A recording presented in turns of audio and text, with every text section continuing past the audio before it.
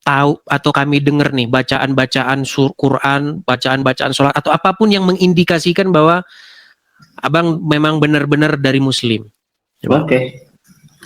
أعوذ بالله من الشيطان الرجيم بسم الله الرحمن الرحيم ياسين والقرآن الحكيم إنك لمن المرسلين على صراط مستقيم تنزيل العزيز الرحيم لتنذر قوما ما أنذر آباؤهم فهم غافلون لقد حق القول على أكثرهم فهم لا يؤمنون إنا جعلنا في أعناقهم أغلالا فإلى الأذقان فهم مقمحون وجعلنا من بين أيديهم سدا ومن خلفهم سدا فأغشيناهم فهم لا يبصرون والسواء عليهم أنذرتهم لم تنذرهم لا يؤمنون إنما تنذر من اتبع الذكر وخشي الرحمن بالغيب. Sah. Cukup. Sah. Ya, jadi gimana ini? Apakah sudah dibahas bulan lalu? Ya. Ya, salam, selamat malam. Shalom, selamat malam Bang. Gimana Bang? Abang mau menyampaikan apa Bang? Ya, tentang tema ini yang dibuat Edis. Bukan dogma yang menyelamatkan, tapi karena melakukan perintah Tuhan Yesus. Apakah Anda setuju? Begini, Dis, dogma itu penting, yaitu fondasi iman kekristenan. Saya tidak bilang tidak penting Bang. Yang saya katakan, bukan dogma yang menyelamatkanmu, tetapi karena melakukan perintah Tuhan Yesus. Apakah Abang setuju atau tidak setuju? Kalau kamu hanya merujuk kepada hanya Yesus, tapi tidak membahas Tritunggal, itu sama sekali itu membantah apa yang diajarkan oleh bapak-bapak gereja. Bang, yang menjadi rujukan kita itu Bible, Tuhan Yesus, atau bapak-bapak gereja. Mana lebih tinggi Tuhan Yesus sama bapak-bapak gereja Bang? Bapak-bapak gereja itu bukan tidak membahas Yesus Kristus. Bang, pertanyaan saya, mana Bang yang Abang ikuti? Bapak-bapak gereja atau Tuhan Yesus? Bapak-bapak gereja itu manusia biasa Bang. Oke, gini aja lah, pelan-pelan. Saya tanya sama Anda, nabi-nabi melakukan kesalahan nggak? Ya, melakukan. Daud melakukan dosa nggak? Ya, melakukan Bapak-bapak gereja berdosa nggak? Ya, melakukan. Melakukan kesalahan nggak? Ya, namanya manusia bisa melakukan. Baik, makanya saya tanya, sekarang kembali ke sini. Pertanyaan saya Bang, yang menyelamatkan seseorang itu dogma atau apa karena dia melakukan perintah Tuhan Yesus? Atau gini aja lah, kita buat panitia surga. Gini, kita bikin panitia hayalan dulu Bang ya. Coba ikuti sebentar. Kita bikin ada meja persidangan. Kemudian ada orang ngantri mau seleksi panitia masuk surga. Contoh nih Bang, contoh. Ini kalau Abang yang jadi anunya, panitia seleksi masuk surga. Tritunggal? Iya. Surga. Surga. Wanes? Iya, Wanes. Neraka. Nomor 4. Percaya hipostasi union? Iya. Surga. Bang, apa kita mau bikin ajaran Kristen seperti itu Bang? Kristen bukan itu Bang. Kristen itu adalah bagaimana manusia dibentuk supaya dia itu semakin hari semakin serupa dengan karakter Yesus. Apakah kita ini sudah mirip dengan Tuhan Yesus atau belum Bang? Percuma Bang kita bahas hipostasis union, setara, Tritunggal, setara begini dan lain sebagainya. Kalau kita miripnya sama Muhammad Bang. Kalau kita mirip sama Muhammad, mau kita paham Tritunggal, mau kita paham apa kayak. Coba Bang, kalau kita tidak mirip dengan Tuhan Yesus Bang, artinya kita tidak melaksanakan perintah Tuhan Yesus. Apa yang Tuhan Yesus perintahkan? Hendaklah kamu hidup seturut dengan apa yang kuajarkan kepada kamu.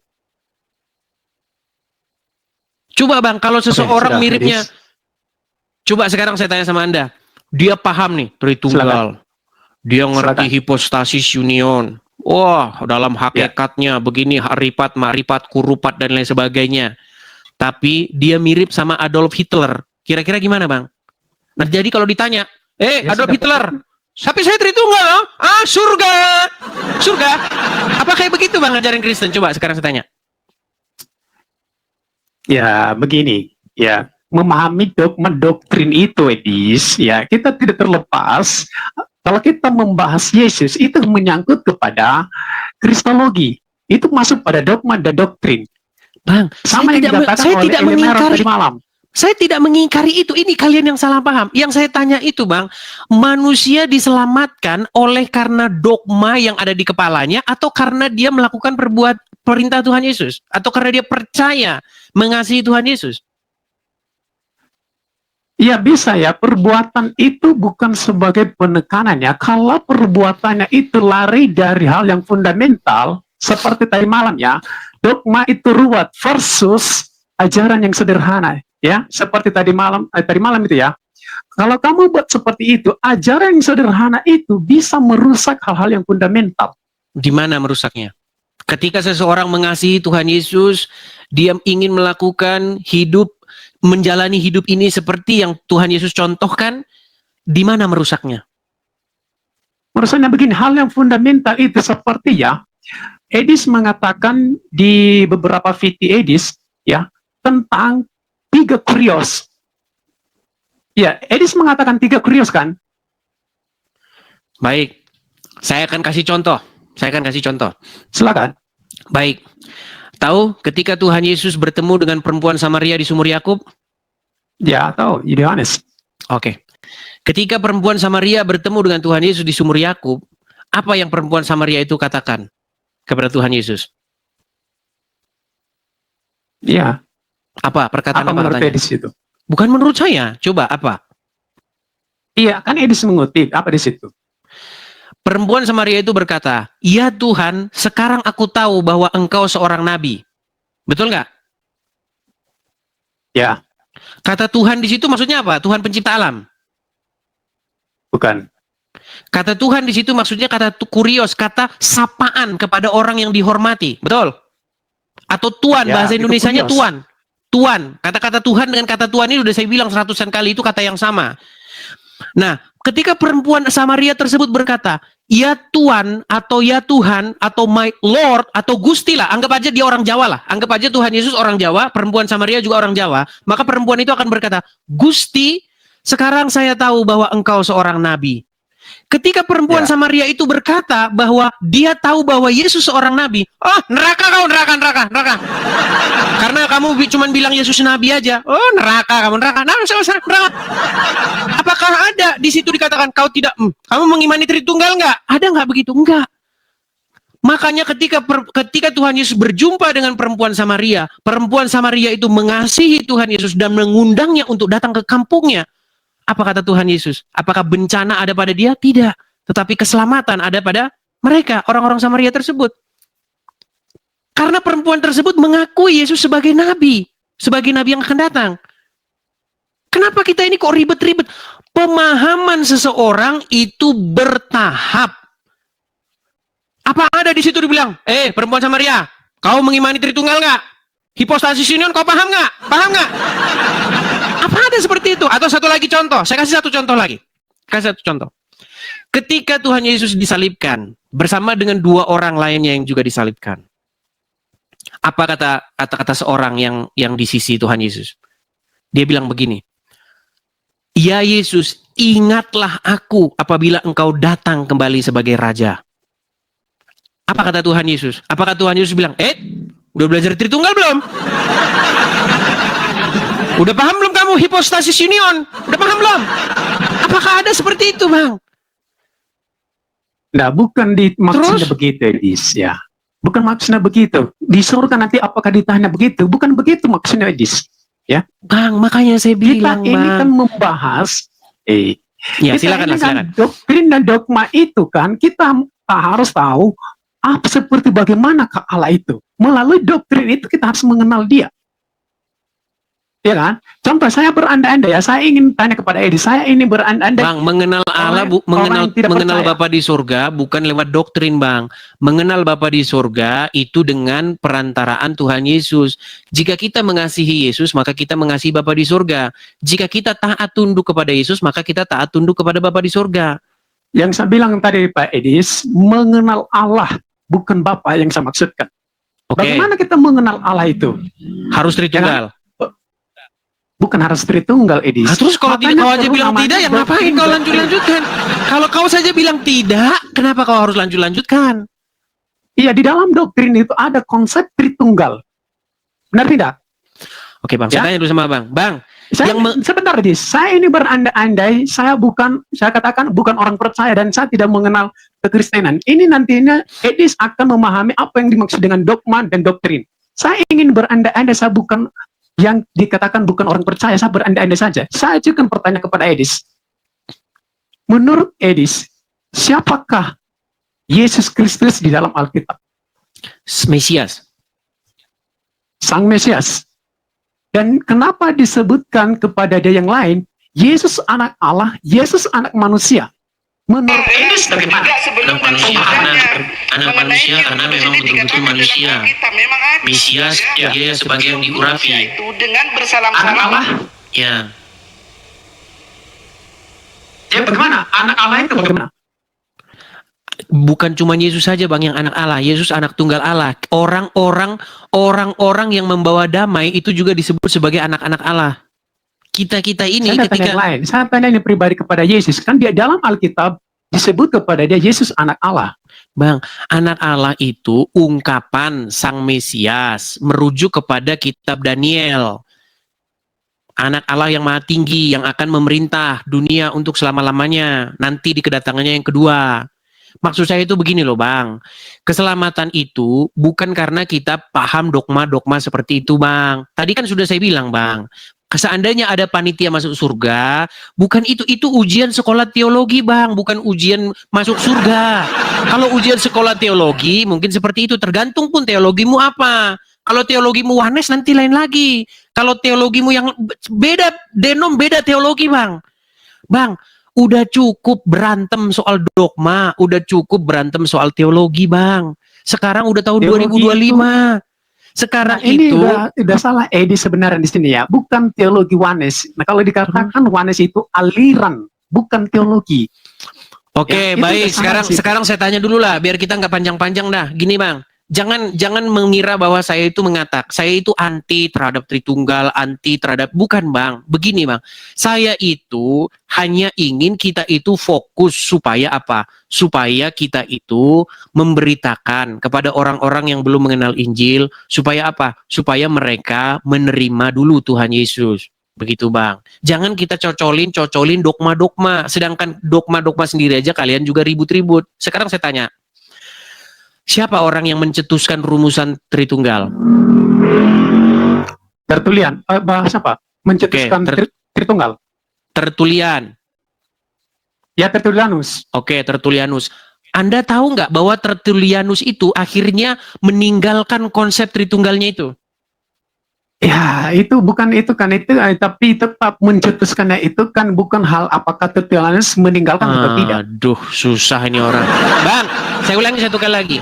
Anda tahu nggak bahwa orang yang merumuskan Tritunggal, yang merumuskan hipostasis union, yang satu persona tiga pribadi itu, apa satu hakikat tiga pribadi?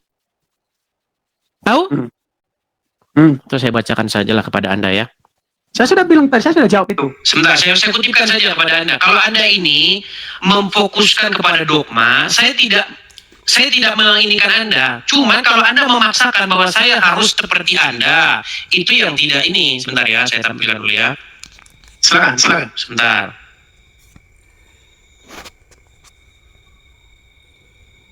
Kita ini punya cara masing-masing, Bang. Kalau Anda ingin memberitakan seperti itu kepada Muslim, silahkan. Kalau saya, Bang, jam terbang saya beda dengan jam terbang Anda. Nih, saya ini ya, saya balikin dulu kamera saya, Bang ya. Inilah, Bang, orang yang pertama kali mencetuskan Tritunggal. Nih, Bang, namanya Bapak Gereja namanya Tertulian. Nih, Bang ya, Tertulianus. Ya. Nih, Quintus Septimius Florence Tertulianus, lebih dikenal Tertulianus, lahir tahun 155 sampai 230. Adalah seorang teolog Latin, penulis filsuf teosentris dan salah satu tokoh apologet berpengaruh pada awal kekristenan. Ia memperkenalkan penggunaan kata trinitas dan ungkapan una substantia tres personae. Maksudnya satu substansi tetapi tiga personal. untuk menggambarkan Allah Tritunggal. Ia lahir dan hidup dan meninggal di Kartago, sekarang Tunisia. Ini gambarnya. Ya. Nah, kita lihat nih. Nah, ia dibesarkan dalam keluarga kebudayaan kafir atau pagan, serta terlatih dalam kesusastraan klasik, dan seterusnya, dan seterusnya. Nah, kita lihat ya, apakah dia ini akhirnya meninggalkan ajarannya sendiri? Dia tinggalkan kok ajarannya itu. Nih, kita bacakan ya. Dia ini yang merumuskan Tritunggal itu. Nah, apakah dia meninggalkannya? Nah, meskipun, nih sebentar ya. Kita lihat. Tertullianus ini akhirnya meninggalkan apa yang diajarkan dia sendiri. Bentar, ketika orang Kristen, Yunani, dan seterusnya berdiskusi ke serta, nah, ketika ia menyiapkan apa yang menjadi doktrin Trinitas, Tertullianus tidak mengambil terminologi dari para filsuf, tetapi dan seterusnya. Meskipun Tertullianus mempersoalkan apa urusan Athena, filsafat, dan seterusnya. Nah, ini Nusa Adam dan seterusnya. Gereja-gereja Barat menyimak ide ini, tetapi ini tidak dialihkan ke timur. Nah, kira-kira pada tahun 206 Tertullianus meninggalkan gereja untuk bergabung dengan sekte Montanis. Keterlibatannya dengan Montanis dan karena sejumlah tulisan menjelang akhir hidupnya, dia dianggap bertentangan dengan ajaran gereja. Kemudian membuat Tertullianus tidak pernah diakui sebagai seorang santo oleh gereja. Tidak seperti bapak gereja lainnya. Bang, saya itu bang, bukan mempermasalahkan ini yang saya maksud tuh begini loh.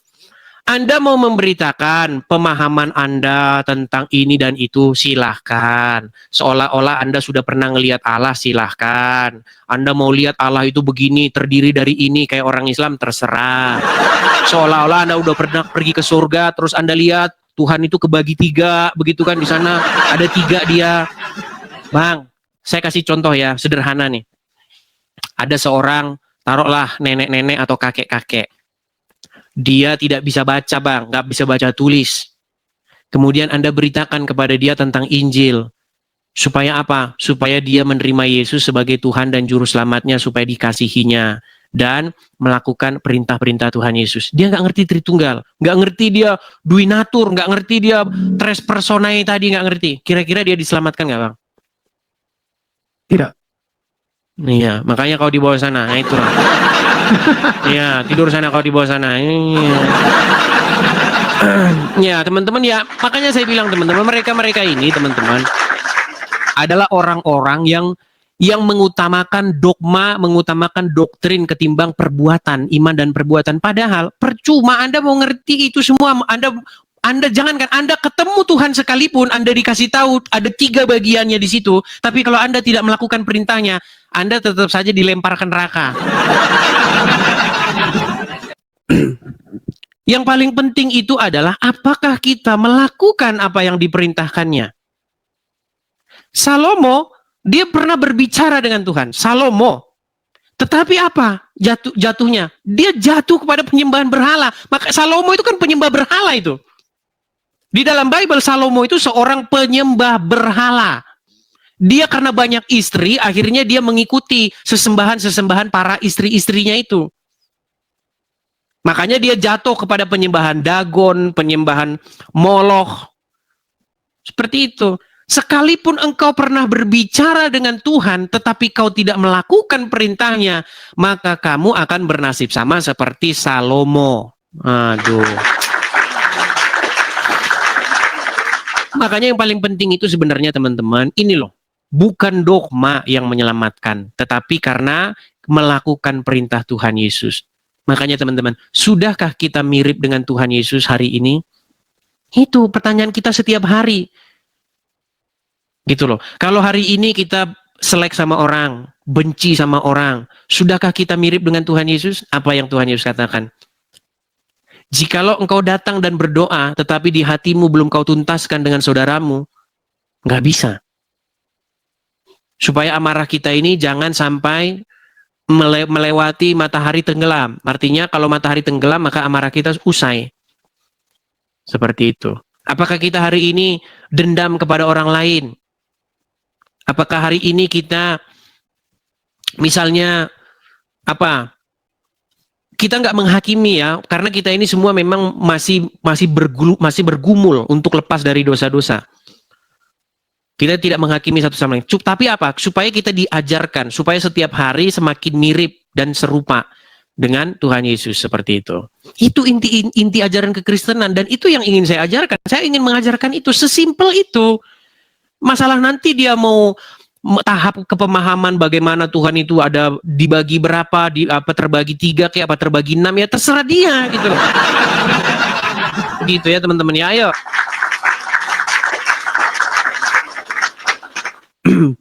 Macam kalian ini sudah pernah ke surga aja, sudah pernah ngelihat di sana ada 3 jumlahnya atau ada 4. Aduh. Coba siapa di antara kalian yang udah pernah ke surga, sudah ngelihat di situ ada jumlahnya 3? Aduh. Ayo, silakan kita kasih naik ada Rian Faris.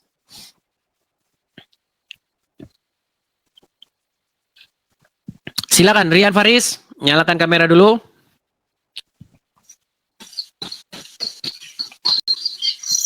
Ya, Muslim Bang. Saya yang pernah naik Bang Edis yang kemarin yang orang Kalimantan itu keringat. Putus-putus Bang suara Bang. Putus-putus Bang. Halo Bang. Nggak terlihat Bang, kamera Bang gelap.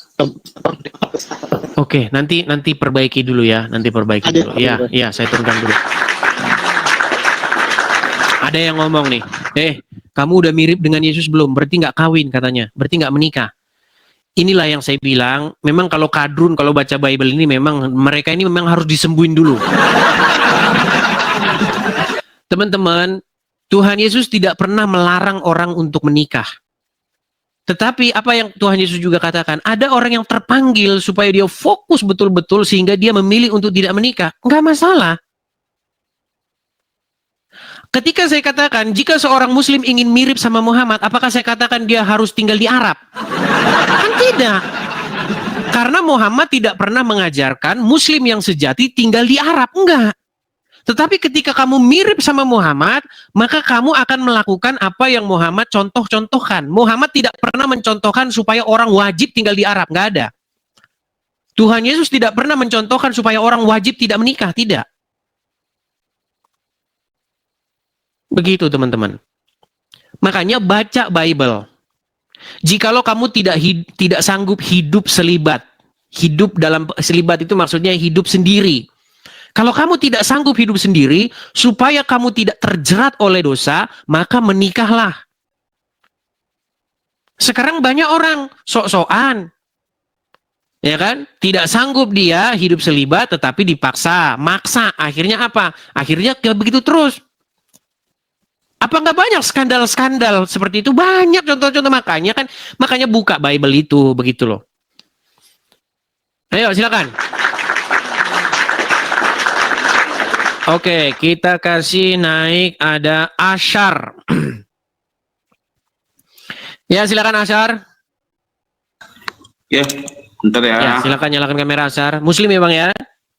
Enggak Kristen. Yang semalam juga naik. Yang saya bilang abang, saya Kristen Bang. Yang saya bilang abang itu bermain logika, sedangkan mereka apa namanya teologi ya. Yang ingin saya tanyakan sama abang itu, abang sering bilang saya Kristen Bang. Abang dulu sering bilang saya sering mengikuti abang, dan abang sering bilang begini. Kalau kepada umat Islam ini Bang ya, abang sering bilang gini, karena saya sering mengikuti abang. Kalau Anda menghambakan diri kepada Yesus, udah otomatis Anda menghambakan diri kepada Bapa di surga. Itu kan betul. Sering apa? Betul. Betul nggak? Betul. Dan kepada Roh Kudus juga. Yeah. Nah, teori yang 3 itu Bang, yang 3 tadi itu apa artinya? Itu nggak terhitung kan? Saya nggak mau bahasa-bahasakan itu Bang. Nggak penting bagi saya bahasa-bahasa itu Bang.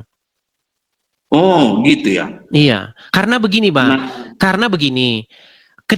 Oke lah, kalau ke Kristen saya bisa Bang. Kalau ke Kristen saya pakai bahasa-bahasa seperti itu. Tetapi Bang, ladang saya ini, itu biasanya ketemu dengan orang-orang Mahmudin, Wahyudin. Jadi Mahmudin, Wahyudin ini kalau dengar kata Tritunggal, mereka lari tunggang langgang, Bang. Lari. Makanya saya tidak mau menggunakan bahasa-bahasa seperti itu, begitu loh. Karena apa? Karena nanti menjadi polemik yang panjang. Lebih baik saya sederhanakan saja. Misalnya nih, ada Wahyudin nanya sama saya, bilang begini, Edis, ya Wahyudin, Bapak di surga itu Tuhan nggak?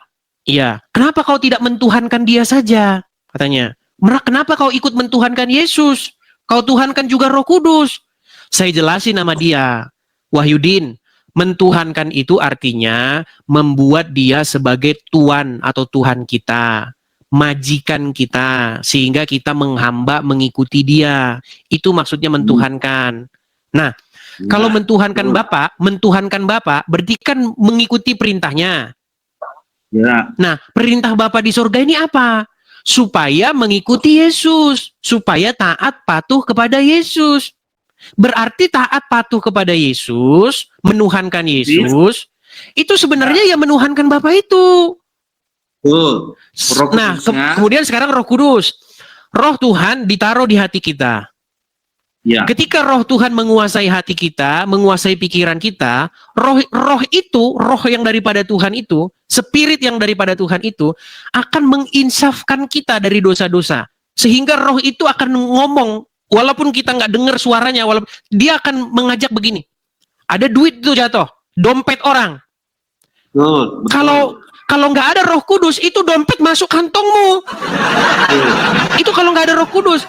Tetapi kalau kita mentuhankan Roh Kudus itu, kita jadikan dia Tuhan kita, Tuan kita, majikan kita, maka dompet itu akan kita kembalikan kepada yang punya. Makanya sebenarnya ketika kita mentuhankan Roh Kudus itu sebenarnya sedang mentuhankan Bapa di surga. Karena itu keinginan Bapa di surga itu. Makanya Yesus itu adalah Tuhan yang datang daripada Bapa di surga. Roh Kudus juga Tuhan yang datang daripada Bapa di surga. Makanya Roh Kudus dan Yesus itu datang diutus oleh Bapa di surga sebagai Tuhan juga. Jadi ketika mentuhankan Roh Kudus, mentuhankan Yesus, ya itu sebenarnya mentuhankan Bapa di surga. Nah, itu yang coba saya jelaskan kepada Mahmudin, Wahyudin. Puji Tuhan banyak yang menerima, puji Tuhan banyak yang sadar. Yang belum sadar-sadar kan yang masih bentur-benturin kepalanya ke ubin. Gitu loh. Yang tiga-tiga itu tadi, itulah istilahnya ya sebenarnya secara harafiah ya, secara ambigu, secara Abang Edi sih udah Tritunggal mengatakan demikian. Iya, kalau mereka mau mengatakan Tritunggal atau apapun terserah. Cuman saya tidak mau menggunakan bahasa-bahasa yang dogmatika. Karena bahasa-bahasa yang dogmatika nanti ujung-ujungnya juga nanti ruwet. Misalnya nanti ditanya, Tritunggalis? Ya. Berarti kamu mengakui nggak bahwa Yesus itu hamba? Loh, ya memang hamba kok di dalam Bible. Apakah dengan mengakui Yesus hamba terus saya masuk neraka? Tidak. Memang Yesus hamba di dalam Bible. Hamba daripada Bapa di surga. Karena dia melakukan perintah Bapa di surga. Abang udah hebat dalam sederhana sekali menyampaikan hal demikian kepada Mahmudin umat Mukondo lah, umat Mukondo. Tapi yang ingin saya sampaikan juga sama Abang, itu banyak yang lagi bahas Abang bahwa mereka pelesetkan Abang itu SSY, Abang itu WONES, tapi kan udah pernah Abang bilang Abang bukan seorang SSY atau WONES. Saya sekarang itu Bang, hal-hal seperti itu sudah saya alami sekitar 10 tahun yang lalu Bang. 10 tahun yang lalu, saya itu termasuk orang yang suka debat dengan hal-hal yang dogmatis. Sampai saya itu pernah, ya Bang ya, menyimpulkan bahwa kalau kamu tidak paham seperti ini, berarti kamu begini dan lain sebagainya. Saya itu sampai tersadar begini, sebenarnya yang Tuhan inginkan kepada kita itu apa sih? Makanya kan tadi saya bilang Bang, seandainya ada panitia surga, seleksi masuk surga, misal nih Bang, kita bikin hayalan aja ya, seleksi masuk surga. Nomor 1, sini, percaya hipostasis union? Ya, berarti tres persona Subsano, apa tadi? Apa tadi? Satu persona tiga pribadi? Iya, iya. Surga.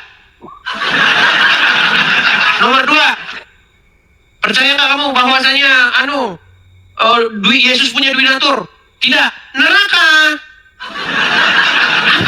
Apa Kristen seperti itu, Bang? Apa itu yang diajarkan oleh Tuhan Yesus? Tidak, Bang. Pemahaman hal yang bersifat kosmik, hal-hal yang kita sebenarnya nggak tahu, Bang. Itu nggak usah, Bang. Yang penting itu apa sih? Yang penting apakah kita sudah mirip dengan Tuhan kita?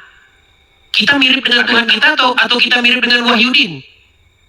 Kan itu, Bang. Sekarang ini banyak orang mirip dengan Wahyudin. Orang-orang inilah yang harus kita selamatkan. Ya betul. Begitu loh. Ya. Kalau dia mirip dengan Wahyudin, tiap hari kerjanya perempuan terus. Kan itu Wahyudin. Makanya saya bilang, mari kita mirip dengan Tuhan kita. Begitu loh. Supaya kita meneladani dia. Seperti itu. Artinya ya begitu ya Bang. Artinya jika kita meneladani Tuhan Yesus, otomatis udah kita teladani Tuhan Bapa di surga. Iya. Dan Tuhan Yesus memberikan Roh Kudus di dalam hati kita saat Bang. dia di surga. Iya, intinya sederhana. Bagaimana kita mengenal Bapa di surga dengan perantaraan Yesus. Karena Yesus berkata, barang siapa melihat aku, ia telah melihat dia yang mengutus aku. Yes. Barang siapa percaya kepadaku, ia bukan percaya kepadaku, tetapi ia percaya kepada yang mengutus aku. Barang siapa menghormati anak, dia menghormati Bapa di surga.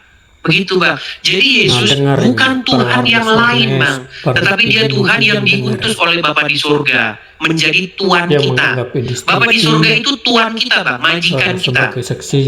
Bagaimana dia Bapa di surga itu menjadi majikan kita, menjadi Tuhan kita? Ya kita harus menjadikan Yesus sebagai Tuhan kita. Bukan berarti Yesus ini adalah Tuhan yang lain, tetapi makanya kan hukum yang pertama dan terutama ialah Shema Yisrael, Adonai Eloheinu, Adonai Echad. Dengarlah orang Israel, Tuhan itu Allah kita, Tuhan itu Esa, Echad. Tuhan di situ maksudnya Yahweh, Adonai. Nah, jangan ada padamu ilah lain. Jangan ada padamu Allah lain. Allah itu maksudnya otoritas, Bang. Makanya kalau saya mengajar ya, sebenarnya kata Allah ini bahasa Arab, sebenarnya bahasa Ibrani-nya itu Elohim. Elohim ini sebenarnya artinya apa sih? Arti Elohim itu sebenarnya itu berasal dari bahasa orang-orang sebelum orang Ibrani tinggal di situ. Sebenarnya itu diambil dari kata El. Itu sebenarnya al itu sebenarnya kata yang sama. Baal, El itu sebenarnya kata yang sama. Itu sebenarnya arti secara harafiah itu suami. Nah, suami di dalam budaya Timur Tengah itu kepala. Nah, makanya jangan ada kepala lain. Maksudnya begitu, jangan ada otoritas lain. Ilah itu maksudnya kepala. Sesuatu yang kepadanya kita tunduk. Nah, hukum yang 10 hukum yang pertama itu isinya begitu. Jangan ada ilah lain, otoritas lain selain daripada Bapa di surga. Nah, pertanyaannya sekarang adalah apakah Yesus ilah yang lain, otoritas yang lain? Tidak. Karena Yesus adalah Tuhan atau Allah yang datang daripada Bapa di surga. Roh Kudus juga begitu. Roh Kudus bukan ilah yang lain. Bukan Tuhan yang lain, tetapi Tuhan yang datang daripada Bapa di surga. Nah, makanya ketika saya berhadapan dengan mereka ini, saya kan dituduh sebagai seseorang yang menuhankan 3 Allah. Begitu. Makanya saya bilang, yang 2 ini, Roh Kudus dan Yesus, datangnya tetap yang dari satu itu, sang sumber itu. Jadi kami tidak sedang menduakan dia. Justru kalau kami menolak Yesus, menolak Roh Kudus, berarti kami malah menduakan dia. Kalau saya menyembah Tuhan Arab, saya malah menduakan dia. Begitu loh. Kalau saya menjadikan Wahyudin sebagai pemimpin saya, suri tauladan saya, justru di situ saya menduakan dia. Begitu. Bahasa-bahasa sederhana ini, Bang, yang saya berikan kepada mereka. Puji Tuhan banyak dari mereka, walaupun banyak juga yang menentang. Begitu, ya. Betul. Oke Bang, mereka udah terdogma di situ, betul. Tapi luar biasa kalau Abang itu menyampaikan hal yang sederhana, itu luar biasa. Jadi sebenarnya tanpa disadari 3 itu adalah trinitasnya itu, 3 itu sebenarnya. Ya, mau dibahasakan trinitas, mau dibahasakan apa, itu tidak saya tonjolkan, Bang. Saya tidak mau menonjolkan dogma, begitu. Iya, karena Mau orang gini, bahasain banyak- itu Trinitas nggak masalah. Intinya yang saya ajarkan seperti itu. Ya, baik Bang. Thank you, thank you. Oke Bang, Oke, makasih, seperti Bang. itu ya. Oke, saya turunkan. Oke. Iya, jadi teman-teman, kalau teman-teman nonton saya, ngikutin saya dari awal, teman-teman itu tidak tidak salah paham dengan maksud saya ya, seperti itu. Oke, kita lanjutkan kembali. Kita kasih naik ada, sebentar ya. Ketua umum, nah, silakan Ketua umum. Ya, Ketua Umum Bulan Sabit, silakan nyalakan kamera. Bang, aku Kristen bang. Aku bisa open cam, tapi aku 1 menit aja ngomong ke abang. Bisa nggak? Oh, silakan Bang. Ini akun aku juga yang biasa pakai pada apologet. Sekarang gini aja bang, aku langsung masuk ke intinya. Ibaratnya kita ngasih makan anak yang baru mau belajar makan. Apakah kita langsung kasih makan makanan yang keras? Iya, tentu tidak Bang. Iya, itu maksudnya. Saya ngerti pola abang, cara main abang dari awal saya ngerti. Ibaratkan abang tukang pukul, dibukin dulu nanti yang kayak contoh kayak Elia Miron, RK itu langsung main sama doktrin. Kalau dari awal langsung main sama doktrin selesai, nggak ada kambing yang mau ikut. Ya, jadi di lapangan memang seperti itu Bang. Kalau di lapangan dijelasin kayak begitu, yang ada mereka lari. Saya itu pengalaman Bang. Kalau saya sebut saja Trinitas langsung kabur tunggang langgang itu. Takut. Itulah bang, makanya kita Begitu. dari awal kan seharusnya mereka belajar dari yang dengan abang dengan bom-bom kemarin kan sudah harus belajar dari situ. Oke, Tapi kita ya beri sudahlah. kesempatan lagi Bang ya kepada yang Ya, lainnya. bang, shalom, selamat Oke. malam bang. Shalom. Gitu, ya. Makanya kan saya bilang teman-teman, seseorang punya caranya sendiri. Kalau kita ini ibarat kata seorang mekanik ya, orang yang sudah bongkar mesin 15 tahun, pasti caranya tidak sama dengan orang yang sudah baru bongkar mesin 2 tahun.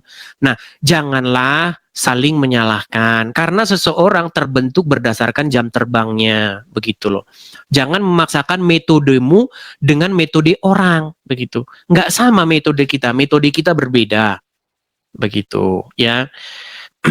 Pengalaman saya teman-teman, kalau kita membawa satu doktrin-doktrin begini dan lain sebagainya, yang ada orang itu malah mumet, yang ada orang itu malah banyak pertanyaan. Gitu loh ya. Tinggal itu aja loh. Bagaimana beritakan bahwa Yesus adalah orang yang baik. Pertama itu dulu. Terus kemudian pengajaran-pengajarannya baik. Mau nggak kamu menerima dia sebagai pemimpinmu supaya kamu menjadikan dia suri tauladan. Nanti setelah nanti dia paham sendiri tuh, nanti dia cari tahu sendiri, begitu. Kalau dia saja masih tidak mau mengganti pimpinannya, masih orang yang di kuburan, ya sampai kiamat pun kau ngomong nggak akan sampai. Oke, kita lanjutkan ya. Kita kasih naik ada Mida.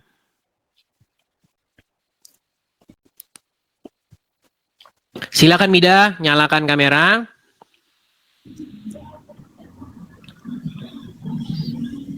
Ini salah satu orang yang masih bersikeras nih, menjadikan Muhammad sebagai pemimpinnya. Nah ini, kalau dia belum melepaskan Muhammad sebagai pemimpinnya, gimana dia mau?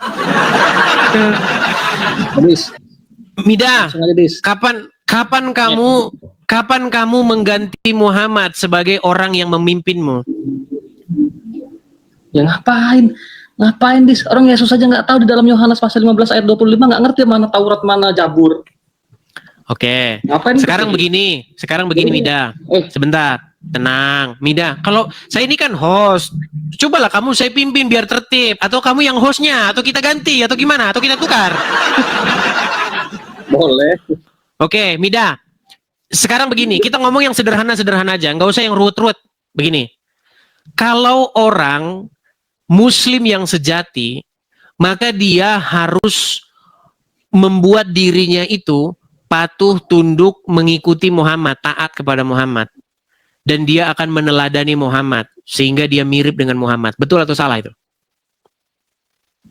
Ya namanya Atau udah malu, atau udah malu kamu mirip dengan Muhammad. Sebentar. Kamu bangga nggak kalau kamu mirip sama Muhammad? Ya bangga dong. Bangga. Bangga Oke. dengan Yesus. Oke. Oh, bangga. Cita-cita orang Kristen adalah mirip dengan Yesus. Cita-cita orang Islam adalah mirip dengan Muhammad. Sebentar. Betul nggak Muhammad nikahin anak kecil? Shh, sebentar. Betul nggak Muhammad nikahin anak kecil? Anak umur 6 tahun, betul nggak? Itu kan sudah di dalam hadis kan sudah ada, Dis. Betul atau tidak? Ya, sekarang saya tanya, itu Ditanya betul. Tenang. Betul atau tidak Muhammad menikahi anak umur 6 tahun? Betul atau tidak? Benar-benar dinikahi itu umur 9 tahun. Nabi Daud kau tahu? Aduh, jangan. Kenapa kamu ingin melempar? Tenang. Makanya saya bilang sebenarnya kamu ini tenang, Mida, tenang, Mida. Aduh, inilah makanya saya bilang, lihat nih. Kenapa kamu ketakutan begitu? Belum selesai bahasan kita. Tenang. Makanya biarin orang mengcounter. Oke, nanti saya izinkan mengcounter. Saya izinkan kamu mengcounter.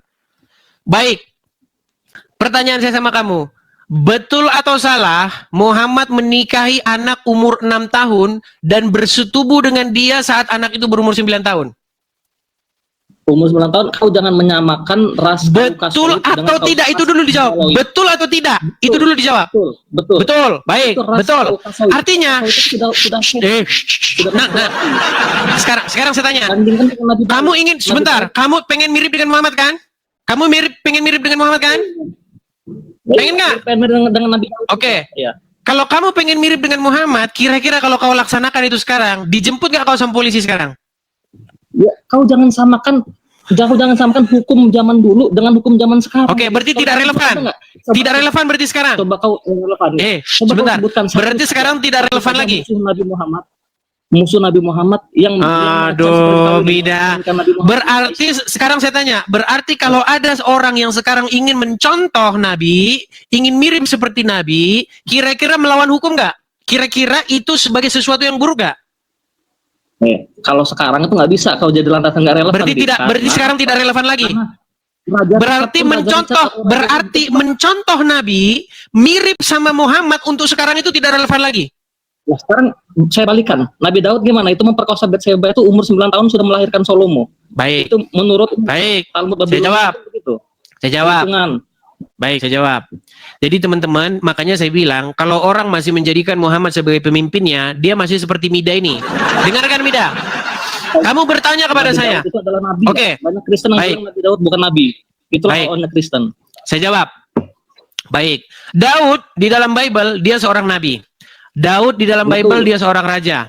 Nah, sekarang yang jadi tuduhanmu begini. Bagaimana dengan Daud yang menikahi Batseba berumur 9 tahun? Saya jawab. Tenang dulu, tenang. Saya jawab. Teman-teman sekalian, pertama tidak ada Batseba berumur 9 tahun. Itu yang pertama. Nah, kemudian inilah makanya saya bilang. Apakah saya boleh ngomong? Boleh ngomong nggak saya?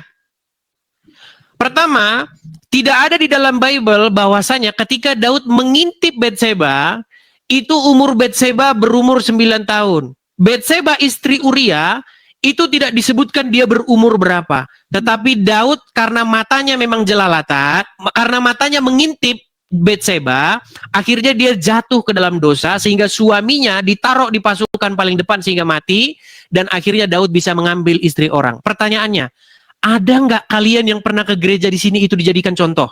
Inilah karena umatnya Muhammad ini.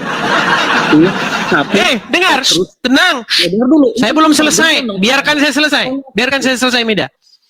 Tidak ada orang Kristen yang menjadikan itu sebagai suri tauladan. Yang ada orang Kristen menjadikan itu sebagai contoh dosa Daud. Lalu Tuhan menegur Daud dengan perantaraan Nabi Nathan. Oleh karena engkau telah berbuat dosa demikian, maka Tuhan akan menghukum engkau. Makanya itu adalah dosa Daud. Mana ada orang Kristen suruh nyontoh yang kayak begitu, Mida? Gantian. Silakan. Nah, Tapi di dalam Bible itu Petrus yang ngomong, Dis. Kau tahu kan Petrus kan rasul paling utama kan Kristen kan? Itu Daud adalah nabi. Daud adalah nabi itu nabi, Dis. Nabi. Dia tidak mengingkari kenabian Daud. Yang menolak Daud nabi itu siapa? Saya tidak menolak Daud sebagai nabi. Diabadikan sebagai nabi. Pembahasan kita itu soal siapa yang harus kita jadikan sosok supaya kita mirip dengan dia, bukan Daud. Bukan Salomo, bukan Musa, tetapi Yesus firman Tuhan yang datang menjadi manusia. Bukan Muhammad. Gimana sih? Kalau kamu mirip dengan Muhammad, kamu nikahin anak kecil. Daud menurut Talmud Babilonia, mau tau nggak Mazmur kitab siapa? Itu kan ada kisah itu ada di dalam Mazmur kan, Dis. Mazmur itu Dengar. kitab Yahudi. Mida. Yahudi. Rabi-rabi Yahudi, tenang. Rabi-rabi Yahudi itu banyak yang kena penyakit fil. Tahu kan? Saya sensor saja. Dengar. Rabi-rabi Wahyudi itu banyak yang kena penyakit fil. Tahu kan kau fil? Nah, seperti itu. Jangan. Kenapa kau jadikan mereka sebagai rujukan? Yang kami jadikan itu rujukan yang ada dalam Bible. Nggak ada di situ Musa menikahi Batseba itu berumur 9 tahun. Oh, ini namanya membela Muhammad kamu ini. Mazmur itu di perjanjian lama itu milik siapa sih? Milik orang Yahudi kan? Setuju nggak? Apakah menurutmu murid-murid Tuhan Yesus bukan orang Yahudi? Apakah menurutmu Rasul Yohanes, Rasul Simon, Rasul murid-murid, apakah mereka orang Jawa atau mereka orang Batak? Mereka orang Yahudi. Tapi tetap kan. Mereka lebih kami percaya. Dengar. Mereka lebih kami percaya ketimbang rabi-rabi Yahudi yang hidup abad 21. Kisah Rasul pasal 2 ayat 29 sampai 30. Udah, intinya begini, kamu mau mirip dengan Muhammad nggak? Ya, mau dong mirip. Oke, kenapa kau nggak nikahin anak kecil? Kenapa kau nggak nikahin anak kecil? Karena relevan. Karena nggak relevan. Karena kau malu, karena tidak relevan, betul? Karena memalukan, betul nggak? Karena memalukan, betul nggak? Ya enggak lah. Kenapa? Kau jangan sama. Oke, aib nggak itu? Sebentar saya tanya, aib nggak itu? Aib nggak itu? Enggak lah. Oke, kalau bukan aib berarti bagus dilaksanakan. Sekarang Daud nabi bukan? Daud nabi bukan? Ya tidur di bawah sana. Dari tadi udah saya bilang Daud nabi.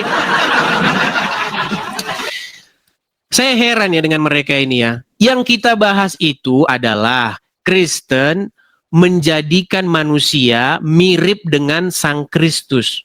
Islam menjadikan manusia mirip dengan Muhammad. Tapi dia bahas Daud. Sejak kapan ajaran Kristen mengajarkan orang supaya mirip dengan Daud? Aduh. Tidak ada dalam Bible Daud itu adalah contoh yang sempurna. Nggak ada. Tidak ada dalam Bible Musa, nabi-nabi itu contoh manusia sempurna. Nggak ada yang digambarkan dalam Bible. Nabi-nabi, raja-raja, itu manusia-manusia yang jatuh dalam dosa. Makanya saya bilang sembuhin dulu mereka ini dari junjungannya itu. Kalau mereka masih ke situ susah, makanya saya bilang cabut dulu itu junjungannya, dipensiunkan dulu.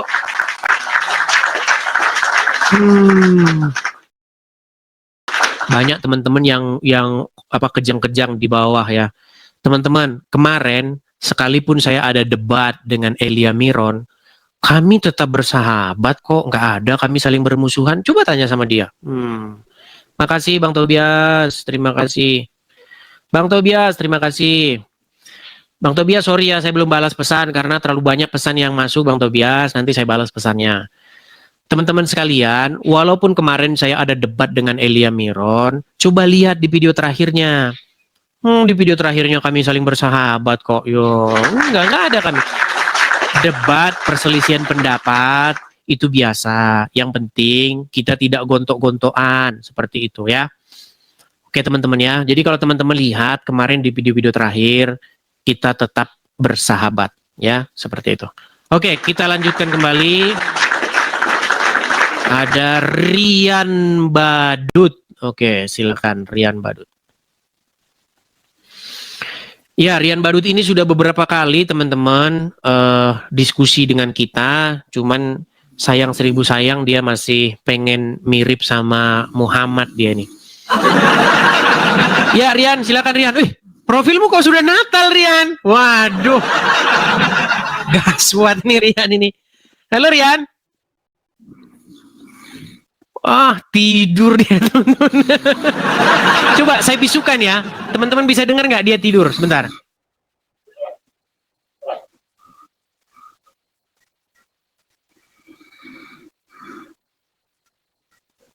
Tidur dia, tidur. Teman-teman Rian Badut ini kalau teman-teman lihat diskusi saya dengan dia, itu udah 3 kalian kalau nggak salah. Ya, sekarang dia sudah profilnya sudah Natalan dia. Ya, sebentar lagi dia Natalan. Karena begini teman-teman. Buka dalam Al-Quran. Tidak pernah ada keselamatan ketika Muhammad dilahirkan. Nggak ada. Coba saya tantang seluruh pendebat-pendebat Muslim untuk datang kemari. Tunjuk kepada saya satu ayat. Di mana ada ayat yang mengatakan bahwa keselamatan dan rahmat datang ketika Muhammad dilahirkan? Kagak ada. Nggak ada. Tetapi di dalam Quran surat Maryam, surat yang ke-19, kalau tidak salah ayat yang 19 sampai ayat 20 sekian begitu, baca di situ. Apa kata Isa? Selamatlah ketika aku dilahirkan, selamat ketika aku hidup, dan selamatlah aku ketika wafat dan bangkit kembali.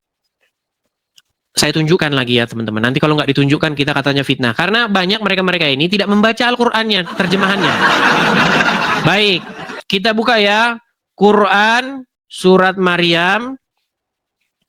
Ya. Saya akan tunjukkan kepada kalian. Quran surat Maryam ayat yang ke-33 ya.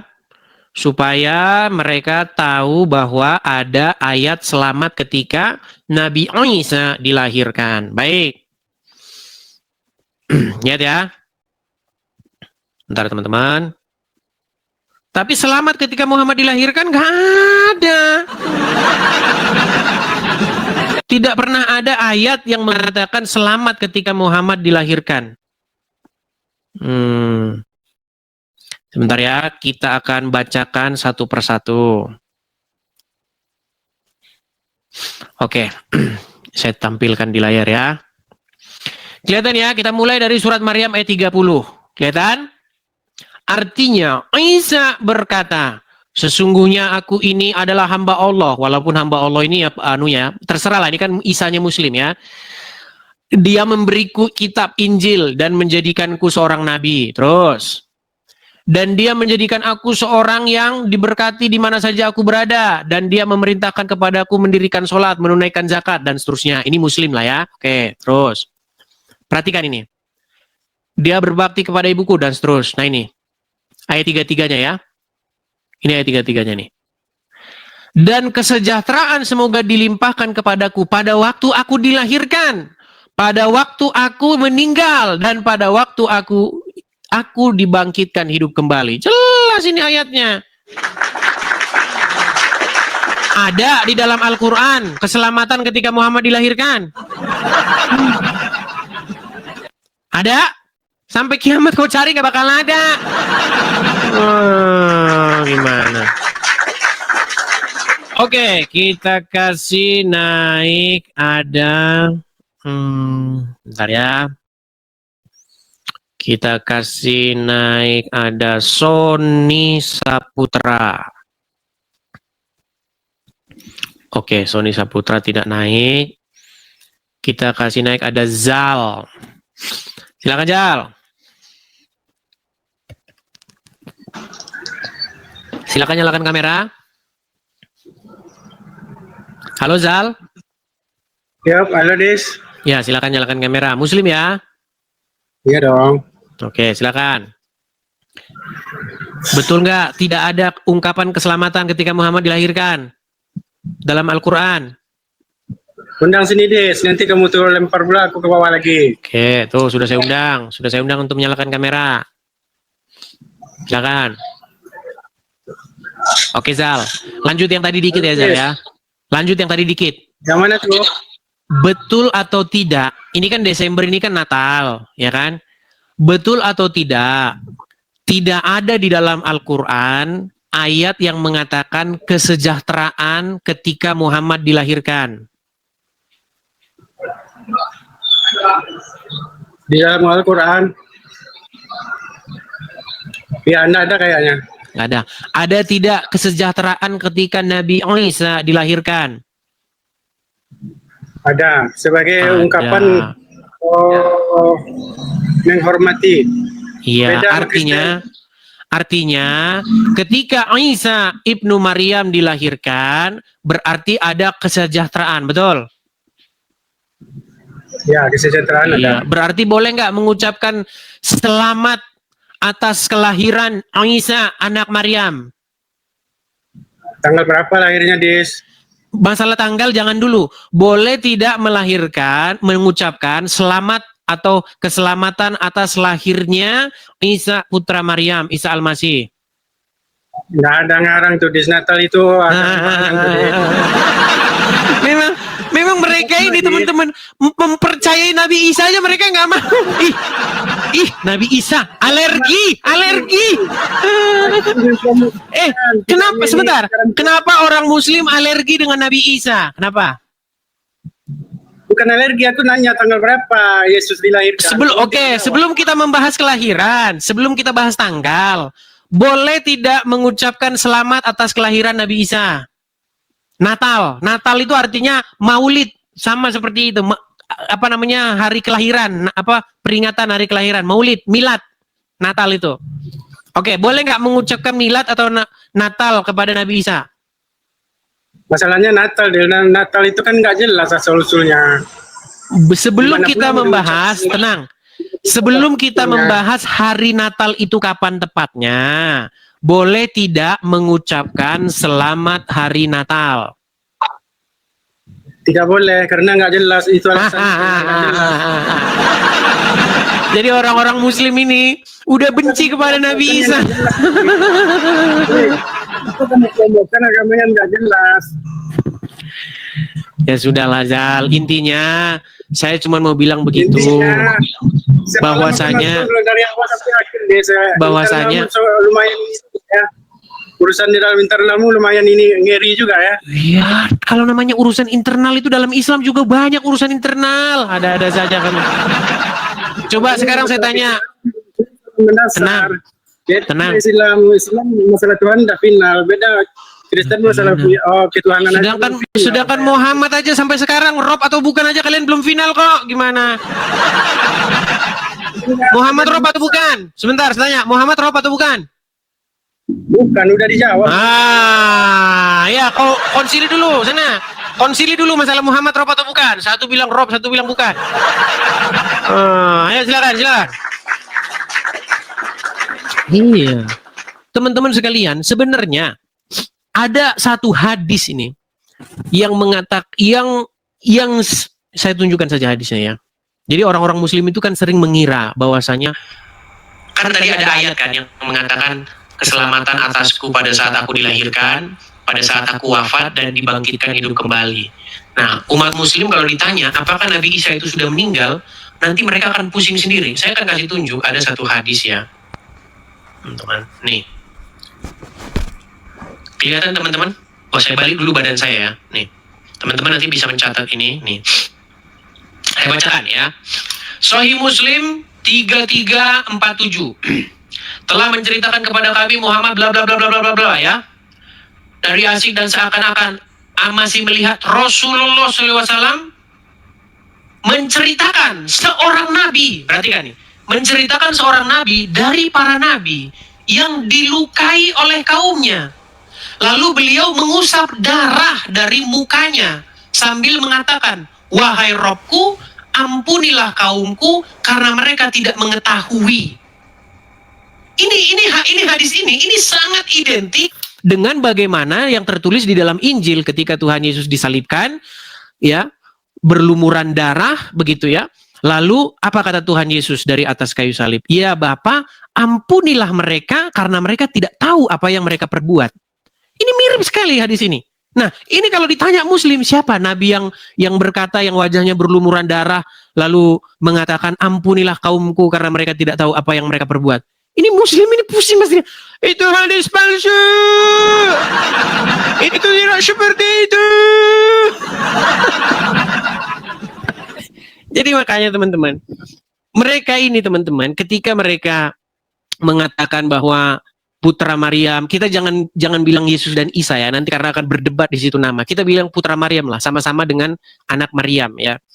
Apakah anak Maryam itu wafat dan dibangkitkan hidup kembali? Apakah dia meninggal disalibkan? Muslim akan berbondong-bondong bilang enggak. Tapi Muhammad ngomong, ada nabi nih yang mengatakan, yang wajahnya berlumuran darah, ampunilah kaumku karena mereka tidak tahu apa yang mereka perbuat nih. Ini ditanya siapa ini, mereka bingung. Tapi ya itulah teman-teman ya. Pelan-pelan lah ngobrol sama mereka nih teman-teman ya. Oke, kita lanjutkan kembali. Kita kasih naik ada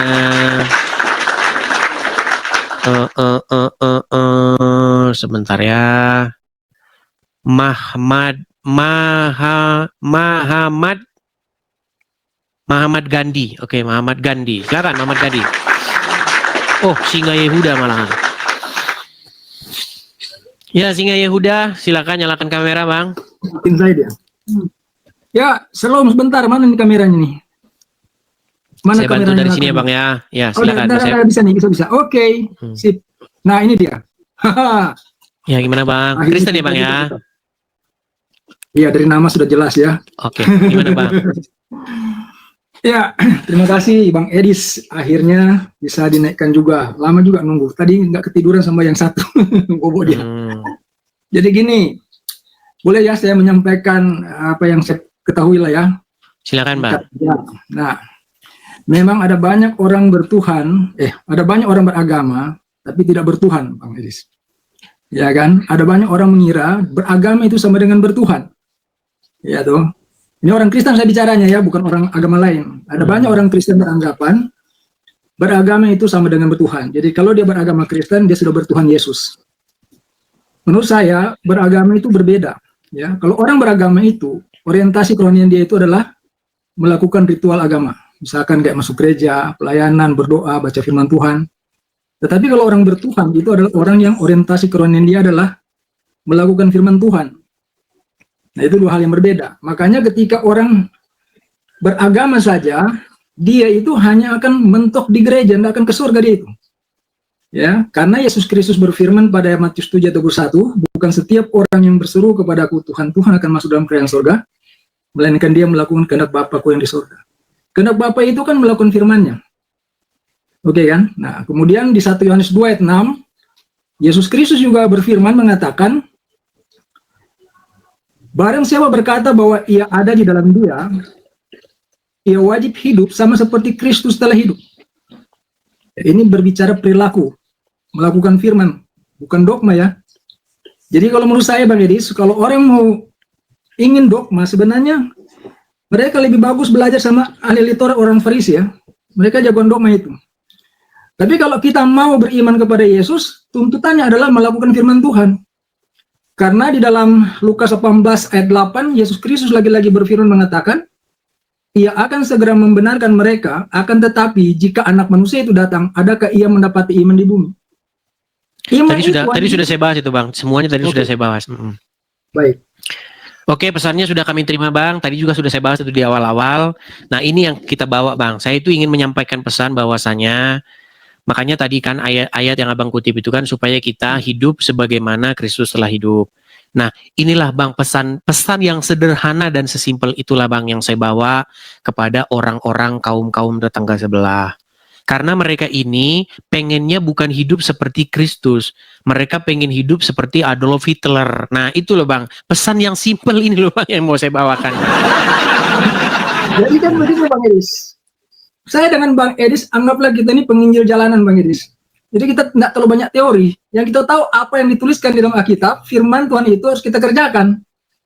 Ya, benar nggak? Kita juga masih berusaha Bang. Kita juga masih berusaha mengerjakan itu seperti itu. Tapi kita juga jangan menghakimi lah, jangan menghakimi orang-orang yang masih, artinya kita sampaikan saja pesan supaya pesan kita ini sampai begitu Bang. Kita juga jangan menghakimi sesama. Itu aja Bang ya. Bentar Bang, satu lagi boleh Bang? Oke, silakan. Terkait dengan siapa yang menyelipkan Yesus boleh Bang? Itu sudah lama Bang kita bahas Bang. Udah usai Bang. Saya tidak sepakat dengan apa yang menjadi keyakinan daripada debater dan lain-lain, juga termasuk Bang Edis loh. Kan mereka Ya, mengatakan tapi itu sudah selesai Bang. direncanakan oleh- Itu sudah selesai. Kita lagi fokus dulu nih Bang kepada saya ini, karena banyak sekali nih ladang saya ini orang-orang ini nih Wahyudin gitu Bang ya. Saya turunkan dulu. Terima kasih sehingga ya udah. Oke, tadi sudah saya bicarakan kok itu. Oke, terima kasih saya turunkan ya. Terima kasih. Sama-sama. Makasih. Ya, teman-teman sekalian, kita berikan kesempatan ya kepada orang-orang yang masih mengikuti yang mereka sendiri sebenarnya tidak mau ikutinya. Heran, kadang-kadang kita sudah mengatakan, kau mau seperti dia? Ya, giliran suruh mengikuti perintah-perintahnya ya nggak mau. Fajar Pratama, Kristen atau Shalom. Tapi kok Jadi aku Fajar ada sedikit yang aku sampaikan. Jadi kemarin Sebentar, aku sebentar. yang lain. Sebentar, tenang dulu. Ini saya nampaknya lupa ingat. Fajar, ini kamu bukannya yang dulu dari Muslim pindah ke Kristen? Ya, betul. Oke, gimana kabarmu Fajar? Kabar baik Bang, dan aku ada kabar sukacita. Ada satu orang santri yang murtad juga terima Tuhan Yesus. malam hari ini. Tuhan. Kita mau ngobrol aja Bang Edis, jadi Ya. kita mau apapun. Jadi aku kebetulan kosnya dia dekat sama kantor aku, jadi aku temuin dia dan aku pengen nyampein ke Bang Edis gitu. Mungkin atau mau dites dulu Bang, silakan Bang. Bang, siapa Bang namanya? Oh, nggak usah sebut nama. Nanti ini. Benar dari Muslim? Betul. Berapa tahun jadi orang Islam, Bang? Dari kecil, Kak. Sampai umur berapa, Bang? Sekarang 17 tahun. Oh, baru 17 tahun. Oke. Coba kalau memang benar-benar dari Muslim nih, bisa nggak kami tahu atau kami dengar nih bacaan-bacaan Quran, bacaan-bacaan sholat atau apapun yang mengindikasikan bahwa Abang memang benar-benar dari Muslim. Coba. Oke. أعوذ بالله من الشيطان الرجيم بسم الله الرحمن الرحيم ياسين والقرآن الحكيم إنك لمن المرسلين على صراط مستقيم تنزيل العزيز الرحيم لتنذر قوما ما أنذر آباؤهم فهم غافلون لقد حق القول على أكثرهم فهم لا يؤمنون إنا جعلنا في أعناقهم أغلالا فإلى الأذقان فهم مقمحون وجعلنا من بين أيديهم سدا ومن خلفهم سدا فغشيناهم فهم لا يبصرون والسواء عليهم أنذرتهم لم تنذرهم لا يؤمنون إنما لا يؤمنون إنما تنذر من اتبع الذكر وخشى الرحمن بالغيب. Ya, jadi gimana nih? Apakah sudah dibaptis atau belum, Bang? Sudah 3 bulan lalu. 3 bulan lalu. Ya, selamat ya, Bang ya. Artinya kalau sudah dibaptis berarti baptis itu adalah lambang kematian tubuh yang lama. Jadi ketika dicelupkan ke dalam air, itu tubuh yang lama sudah mati, kemudian kita bangkit menjadi manusia yang baru, ciptaan yang baru, supaya kita hidup segambar dan serupa dengan Yesus. Seperti itu. Artinya kita jangan hidup seperti yang dulu Abang contoh. Kalau dulu Abang contoh si Anu, Abang berhenti mencontoh dia. Sekarang mencontoh Yesus. Seperti itu. Ya, jadi maju terus ya. Sip. Jadi Bang Fajar jalan terus ya misinya ya.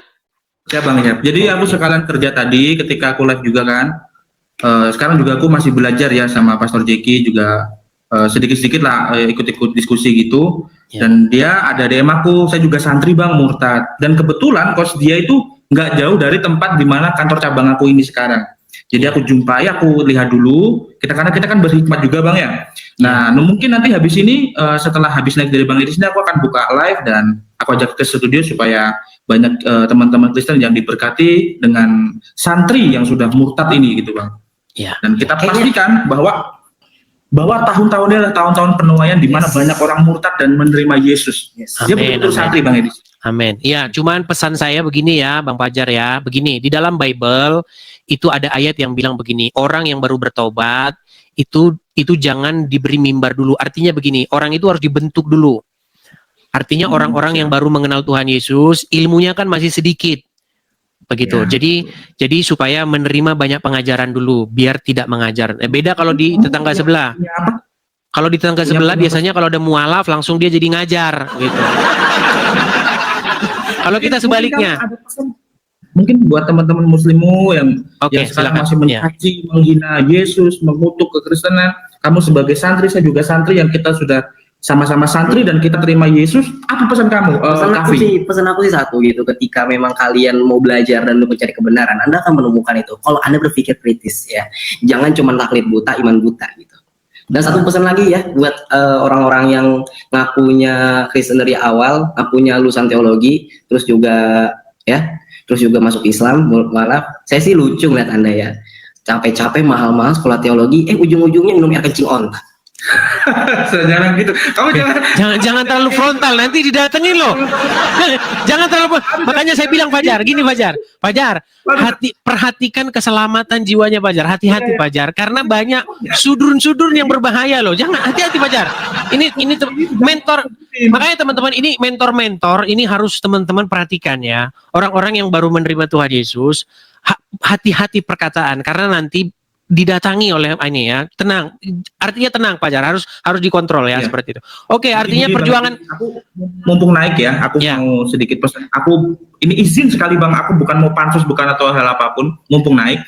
Jadi puji Tuhan setelah orang tuaku kemarin sempat bergumul ya, sampai aku dipecat dan lain sebagainya, aku suruh dia nonton Bang Edis dan puji Tuhan Desember ini mungkin sekitar pertengahan dan akhir bulan ini dia akan dibaptis juga Bang, orang tuaku.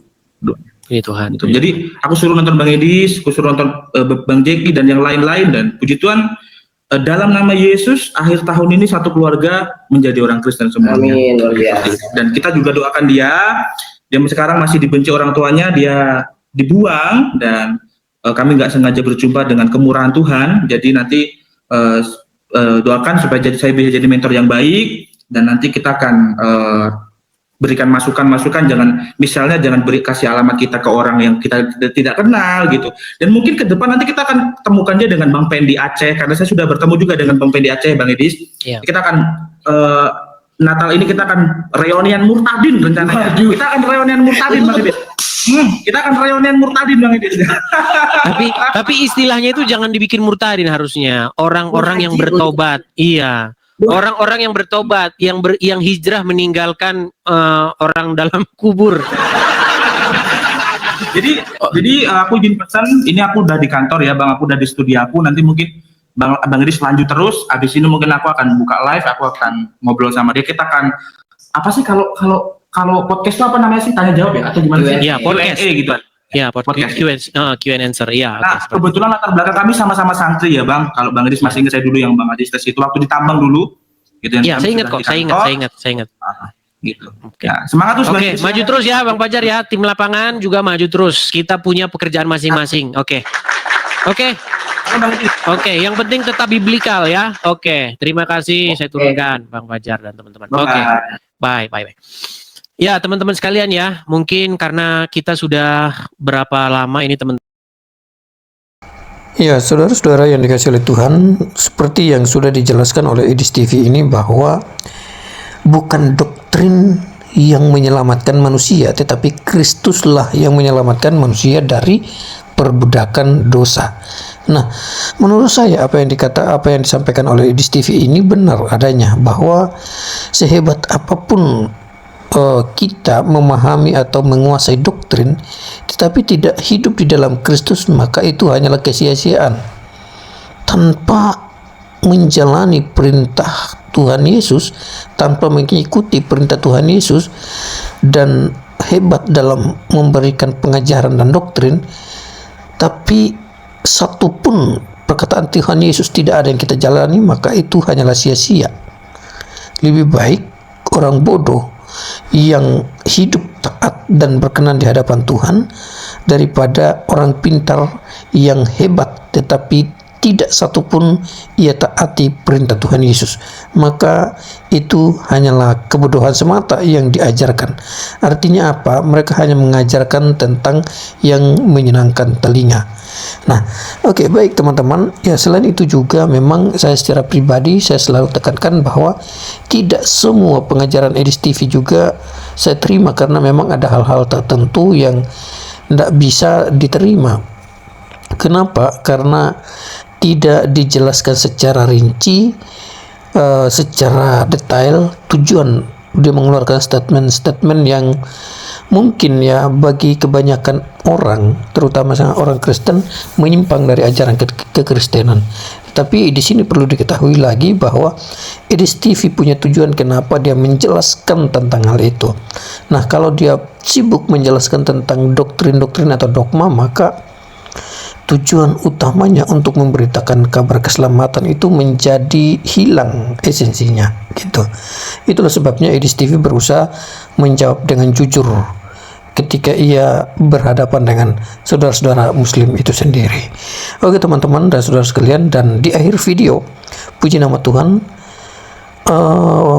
Petrus Fajar ya, yang pernah saya posting dalam cuplikan video yang beberapa waktu lalu ya, kembali membawa murtadin lain atau salah satu anak santri yang menangkan dan percaya Tuhan Yesus. Ya, puji nama Tuhan, selain anak santri ini yang percaya kepada Tuhan Yesus, orang tuanya sendiri juga mungkin dalam kesaksiannya tadi pertengahan Desember akan dibaptis lagi. Nah, ini hal-hal seperti inilah yang kita rindukan, yang kita inginkan ketika orang-orang yang bertobat melalui pelayanan-pelayanan Edis TV, maka tidak menutup kemungkinan Tuhan akan buka jalan bagi yang lain untuk membuka kitab sucinya mereka sendiri atau Al-Quran, sehingga mereka terima Yesus sebagai Tuhan dan Juru Selamat.